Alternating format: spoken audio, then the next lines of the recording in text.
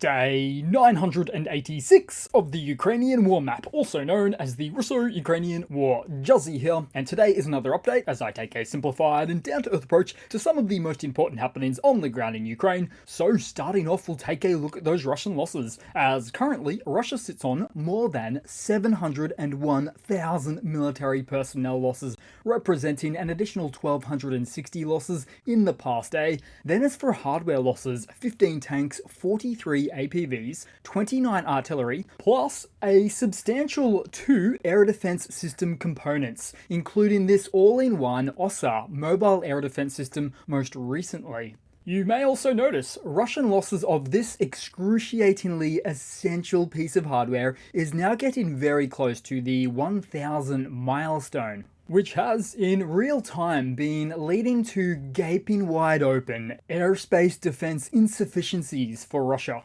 which is not a good place to be in for a nation that externally enacts hostile attacks on another nation. It will already take decades for Russia to build back their multi-layered air defense network, which turned out to be a bit of a surprising poor performer in the first place.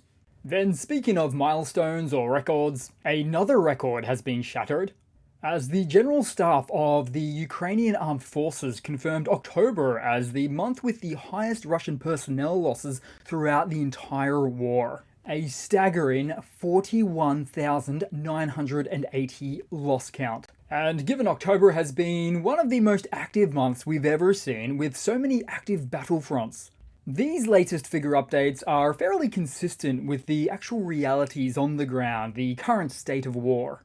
Then headed across to the map and starting out in Russia as the winter freeze has already commenced, with the onset of cold weather that has already led to housing and utility failures in Russia's southwest region of Volgograd, where we saw city lighting short-circuiting due to the onset of snow overnight. This is not a synchronous Christmas lighting production. Then on the same topic, 2 additional regions, Tomsk and Kemerovo, in central Russia, have themselves already faced utility failures right at the commencement of their winter weather. So the question remains, will Russia learn from the mistakes of last year, where their aging Soviet infrastructure's utilities services across the country are in dire need of funding for upgrades, maintenance, or repairs? Or will there instead be an exponential increase in the number of problems faced this year around? Well, judging by these first 3 districts, it's not a promising start, is it? Then headed back to Volgograd, because this location is where one of 3 Russian oil refineries have extended their downtime due to incomplete repairs in October. The failure to complete the repairs is due to Western sanctions disrupting the supply of essential and highly specialized equipment needed to repair the refineries, with Volgograd's Lukoil refinery being in the country's top 10 for output capacity, where it produces up to 15 million tons per annum. However, that's no longer the case after a Ukrainian UAV attack back in May of this year damaged the CDU-1 unit, responsible for a staggering 43% of the refinery's total output capacity. So we see Russia's reliance on the American and European building and modernization of these plants has shown to cause some serious miscalculations for the Kremlin, who relies on these refineries for internal domestic consumption in both consumer and military sectors, but also for selling excess volumes abroad, which aids in the funding of their war machine.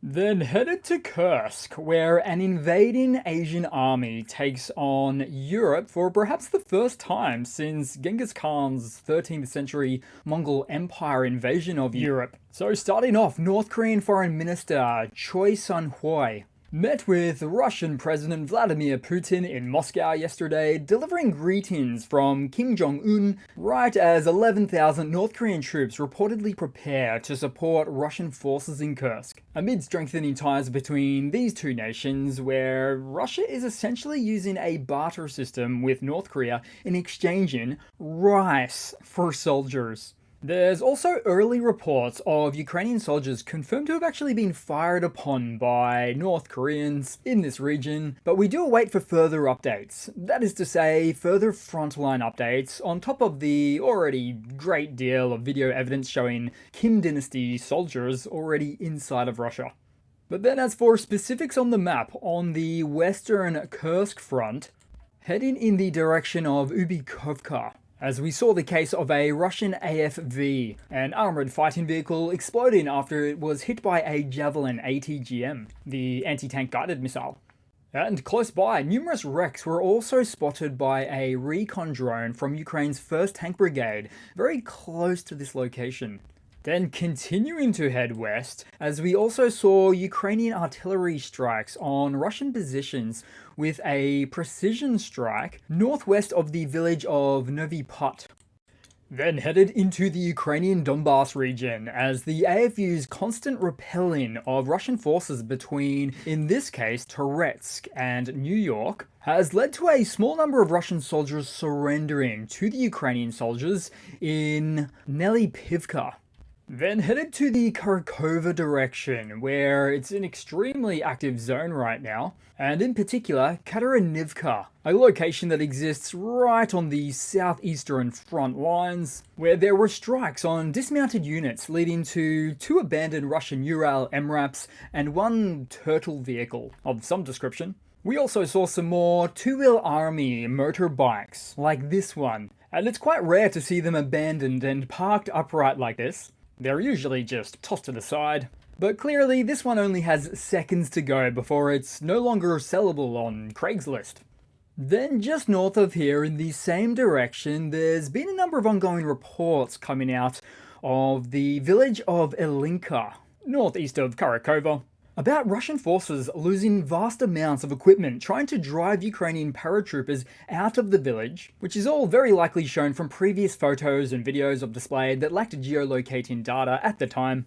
So with these reports, putting up some strong defenses at this location would make a great deal of sense, because if Elinka falls, then Russian forces could later advance north to encircle the Ukrainian garrison in Kharkova.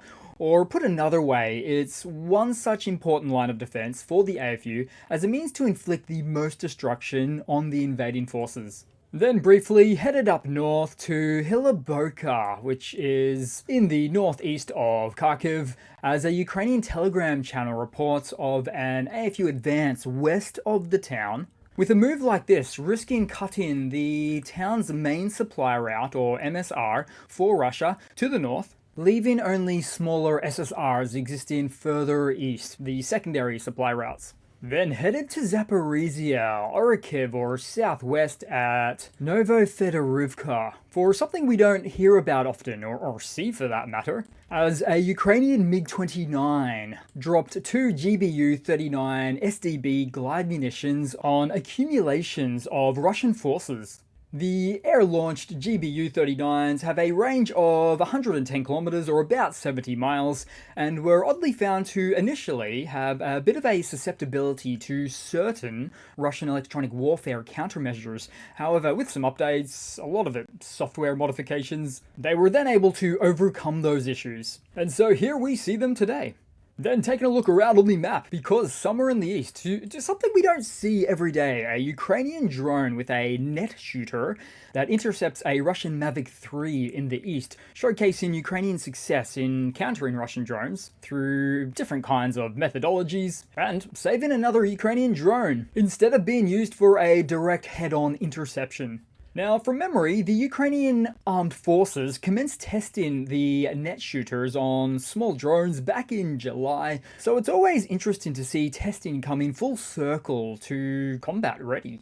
Then also in the east, we see another burning Russian Buhanka Scooby-Doo van alongside a destroyed pickup truck. Then headed across to some news for today, as Germany has pledged $217 million in humanitarian winter aid to Ukraine, as announced by Foreign Minister Baerbock during a visit to Kyiv. This funding aims to help Ukrainians endure winter amid the very much anticipated Russian attacks on the Ukrainian energy infrastructure. Of this winter aid, Berlin has allocated 185 million to strengthen Ukraine's energy systems ahead of the winter. So keeping in mind here that Russia is deliberately trying to decimate Ukraine's entire energy infrastructure, where Russia has been stockpiling all available Kh-101 missiles for these upcoming attacks this winter. And I'm quite specific regarding the missile type there, because in my monitoring I've noticed that Russia hasn't used this cruise missile type in 50 or 60 days now, which it would otherwise often use against Ukrainian civilian energy infrastructure in the past, winter or not. Russia's cowardly tactic, weaponizing winter to try to break Ukrainian resolve. So although it could be a difficult winter for Ukraine, it's also quite the double-edged sword for Russia now, where Ukraine has this longer range strike capability that existed only in its infancy stages, more so during the last winter. There's also rumours of behind-the-scenes agreements attempting to be brokered by the UAE to have both sides, Russia and Ukraine, not to trade blows on each other's winter infrastructure, with the suggestion said to come from the Russian side. But who can say for sure if that's a legitimate rumour or not? As such, Ukraine has been preparing for winter by amping up its air defences, its backup energy services, and now its growing aerial strike capability. Russia, on the other hand, its air defenses are degrading. Their winter infrastructure is known to collapse all on its own, and their missile threat is an expectation that Ukraine has been preparing for. So how's it all going to look soon? It could be a very odd winter coming up. Then in some more news, and in something of a related piece, Canada has announced the shipment of the first NASAMS air defense system ordered by Canada for Ukraine. It's also expected to be received soon for this winter. Now you might be wondering, and the answer is yes, NASAMS are used to intercept the Kh-101 missiles. And for a NASAMS tally, as of this month, Ukraine has already received and deployed at least 10 NASAMS batteries. A very capable air defense system developed in collaboration between Norway and the US. Then headed across to another Russian military mobilization blunder segment. In Russia's Ryazan region, the widow of 44-year-old private Fyodor Bulgakov argues that she is not receiving military compensation payments. Officials justify their refusal for paying the widow as being due to her husband having died not on Ukrainian territory, but in the Kursk region. There is no SMO there. Wow, that's cold. So to get this straight, Russia starts their SMO war in Ukraine, where Ukraine then, as a direct result, invades Russia back. And then somehow, according to the Russian government, Ukraine versus Russia military engagements in Russia's Kursk Oblast apparently has nothing to do with the war Russia started when invading its neighbor. But then here's the real kicker. Doesn't Russia consider Ukrainian land more or less all as Russian territory anyway? Of course, this is all absolute mental gymnastics, where the Russian government is squeezing anybody out of a buck these days. Then headed across to a quick funny to round it all off with today, guys. But a funny in a backwards Russian logic kind of way, as it seems it's getting harder for Russia to finance its war economy, as Russian propagandist Margarita Simonyan asks all Russians to donate money to the Russian army, if they can, as she recently said of it, quote, "Every person who has such an opportunity should actively participate in helping the front." So as the cost of living rises dramatically in Russia due to the SMO war, now RT editor-in-chief and key Russian propagandist, and the Kremlin by association, requests the public to support the botched invasion of a war that the Kremlin started all on its own. Completely and utterly shameless. So that's it for today, guys. Thanks again for watching. Please continue to like, comment, subscribe. Thanks again for the support. Oh, and being November 5th, I wish the US viewers the best for their election, whether it swings left or right, and wish for a peaceful outcome above all. So thanks again for watching, and I do hope to see all of you guys there in the next one. Cheers!